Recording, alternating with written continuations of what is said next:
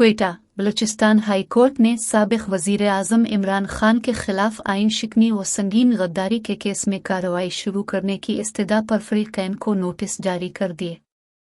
سابق وزیر اعظم عمران خان کے خلاف آئین شکنی و سنگین غداری کے کیس میں ہائی کورٹ میں آئینی درخواست کی ابتدائی سماعت چیف جسٹس ہائی کورٹ نعیم اختر افغان کی سربراہی میں 2 رکنی بینچ نے کی۔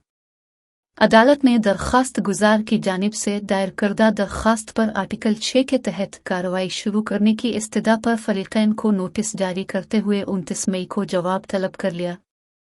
سپریم کورٹ کے وکیل عبدالرزاق شر نے آئین شکنی و سنگین غداری کیس کے حوالے سے درخواست دائر کی تھی۔ درخواست میں 3 اپریل کو سابق وزیر اعظم کی طرف سے قومی اسمبلی تحلیل کرنے کے اقدام کو چیلنج کیا گیا تھا۔